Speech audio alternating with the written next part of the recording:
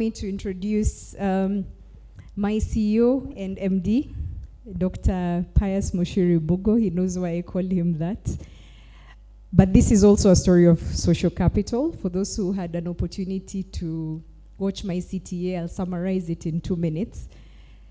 I literally bumped into Pius. You know how we all went down for lunch and you're coming up, but now we were going for lunch and these people were leaving a conference and I bumped into him and the late Dr. Kirubi and the ambassador of Dubai. The ambassador of Dubai knew me and through social capital quickly introduced me. I was already eyeing them, I will not lie. I was in business development. But the ambassador introduced me with a lot of pride and said, this girl helps us, so please.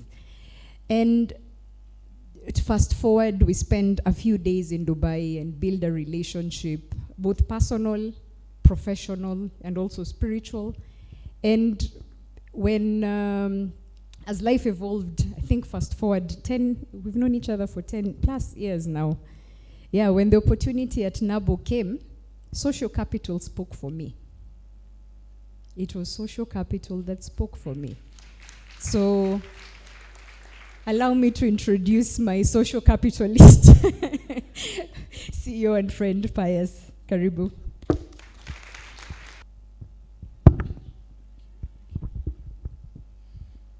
Mercy is, she knows I have a soft spot for her. She's my sister.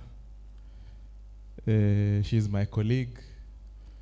We have very many intersections. We like joking that if you invite Mercy and I for lunch or dinner in your house, we need to give you a warning that between the two of us, we have 9 children. So if you are called somewhere for a bash together, the moment the Mwangelas and the Mushiris arrive, the bash begins. We're enough quorum. Plus our spouses,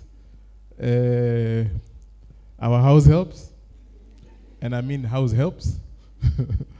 I think between us, we probably have 5 house helps. So we are a good industry together.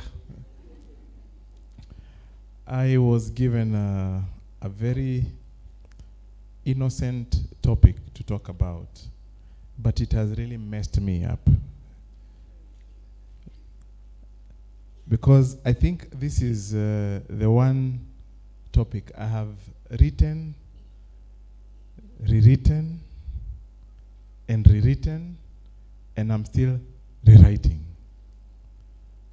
Thriving in all seasons. And the reason why I've struggled with this particular topic is because when I started writing my thoughts, I had an idea where I was going. But that's not where I was landing. God just keeps navigating me. And I think I have a clue why. When you hear what I have to say today, or what God has to say through me today, you realize that all these messages are the same. Right? But before I get there, I am a very keen observer of small things that mean a lot. And God speaks to us in very many ways. If we listen carefully, you will know what God is speaking to you. We may be, I don't know how many people are here, but we are many. But I can tell you one thing for sure. God has tailored a message for each one of us. Are we together? Each one of us has a unique message. So I hope you get yours. So when I arrived, I was given this card. Everybody has a card like this? So can I read for you mine? It says, to create a big wealth. I like that bold. Big wealth, not just wealth. Start by seeing a big opportunity. Start by? The key word is what? Seeing. right? Opportunities lead to ideas, and ideas drive innovation. For me, the big message is seeing. Yeah? If you don't see, it won't happen.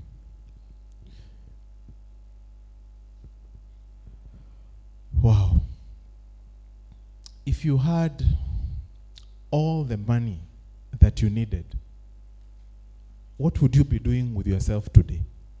Ask your neighbor. If you had all the money you needed today, what would you be doing with yourself today?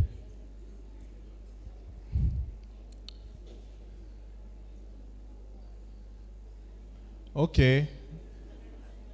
Can I have your attention now? This is a question that my wife posed to me one day. I'm still marveling over it.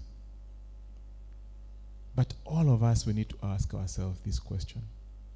If you had all the money if you had all the money you needed, what would you be doing with yourself today? Would you still wake up and go to do the same job that you do? Would you still chase the same goals that you're chasing? Would you still be part of TKC, PDI? Would you still? Are you sure? You know, when people get money, they become something else, eh? In fact, I was with a pastor yesterday, and he told me he stopped his congregants from promising him what they will do when they become wealthy. And you know what he told me? He said, you do not know the version that you'll become when you have, so please don't make a vow. Experience teaches us many things. Or would you start living the life, that your heart has always known it is possible? Would you start living your dream life? This question will keep coming back to it. Just keep it somewhere at the back of your mind. Now, Warren Buffett, all of us know Warren Buffett? One of the most seasoned investors. He's thrived in all seasons. I think Warren Buffett is now 94 years, right? He's thrived in all seasons. Yeah? He's one of the wealthiest and wisest financial minds of our time. He has already answered this question for himself. And I want to read an extract of the letter he wrote to his shareholders on November 25th, 2024. This is what he said. The gifts means giving. Eh? The gifts I am making today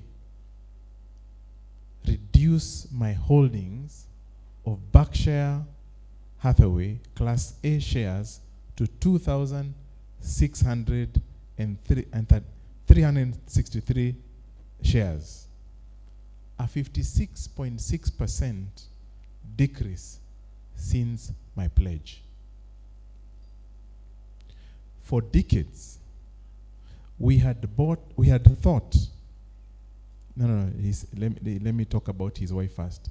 In 2004, before Susie, my first wife, died, the two of us owned 508,000 Class A shares. For decades, we had both thought that she would outlive me and subsequently distribute the vast majority of our large fortune. That was not to be. When Susie died, her estate was roughly $3 billion, with about 96% of this sum going to our foundation. Additionally, she left $10 million to each of our 3 children. The first large gift we had ever given to any of them. These bequests reflect our belief that hugely wealthy parents should leave their children enough so that they can do anything, but not enough that they can do nothing.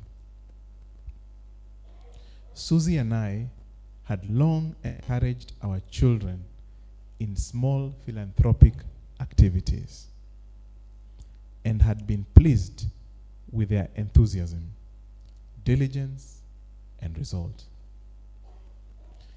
Upon my death, they will have full responsibility for gradually distributing all my Berkshire holdings. These now account to 99.5% of my wealth. So, Warren Buffett, for most of his life, he has had all the money that he needs, isn't it? What is he doing with it? Yeah? Distributing.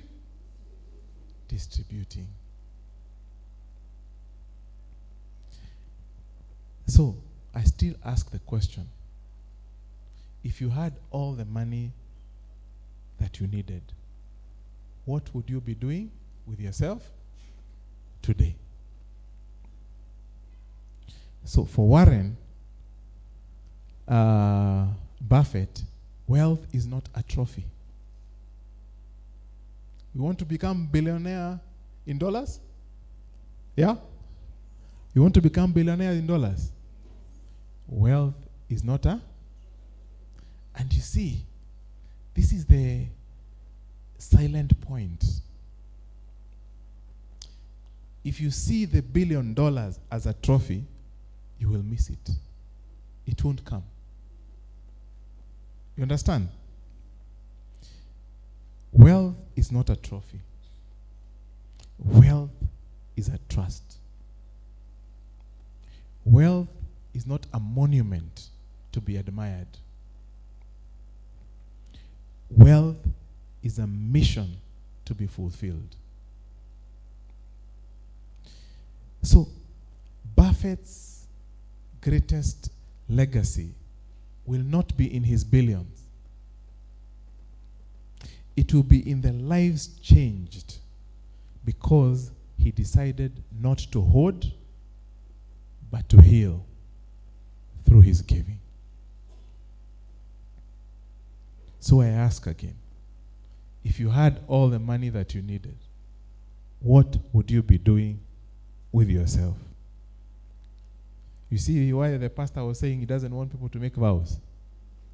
Yeah? I can promise you, even without us knowing, majority of us, it's a trophy. You know, it's good to be honest. And this message is not to you guys. This message is to myself.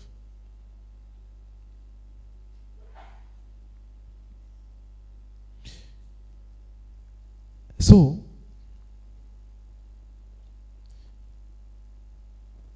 this is a journey I'm also walking. And I decided I needed to answer this question. How much wealth is enough? How much wealth is enough? And I realized all along, I only wanted to fulfill my needs, isn't it? But that's where the problem is. So, let me not get too much ahead of myself. The question is then, what is stopping you from living the life that you should be living when you have all the money that you need? What is stopping you? Ask your neighbor. And tell them to be honest. Okay. Let's focus here again. This is a journey we are taking together. What is stopping you from living that life? Is it lack of millions? Is it lack of millions? Huh? Yes? Now here you see we are going some left, others right. Is it lack of millions? Or is it lack of mission? Is it lack of mission?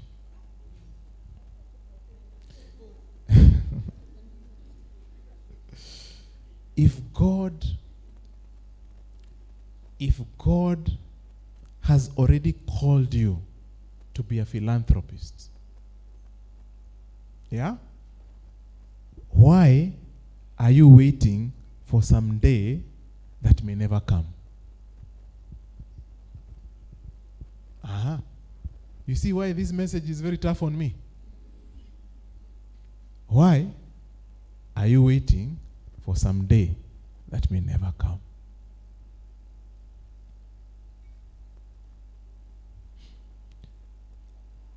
You are not waiting for money. Let me tell you the truth. You are waiting for a mindset. You are waiting for a mission big enough to awaken the philanthropist inside you. Are we together?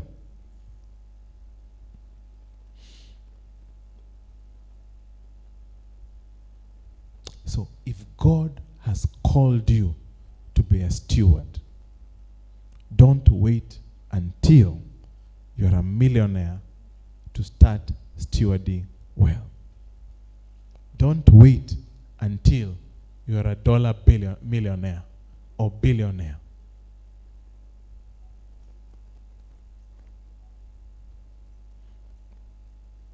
So, we are still answering the question, how can I thrive in all seasons? How can I thrive in all seasons? And you can see why God was really messing me up, Because I thought we would be talking about just money. But he's messing up with my mindset. Number one, you must have bold faith. You must have bold faith.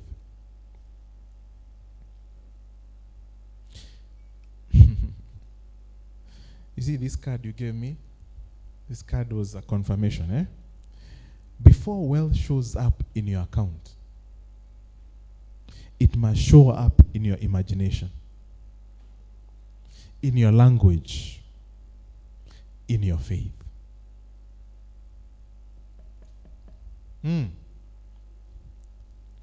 Before wealth shows up in your account, it must first show up in your imagination. Yeah? In your language, how you talk. Isn't it, And in your faith.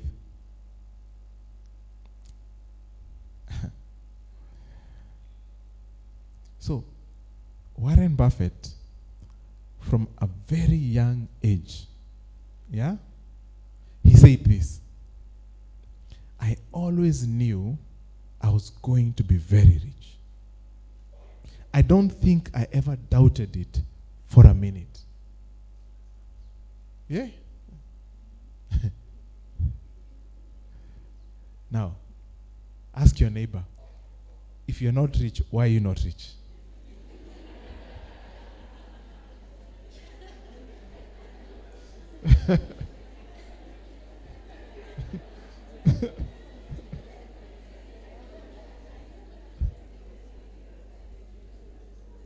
Yeah?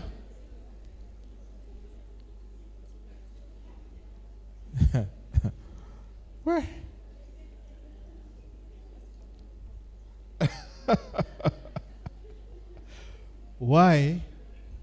Why are we not dollar billionaires today? Why? Warren Buffett spoke wealth over his life before before he ever touched it.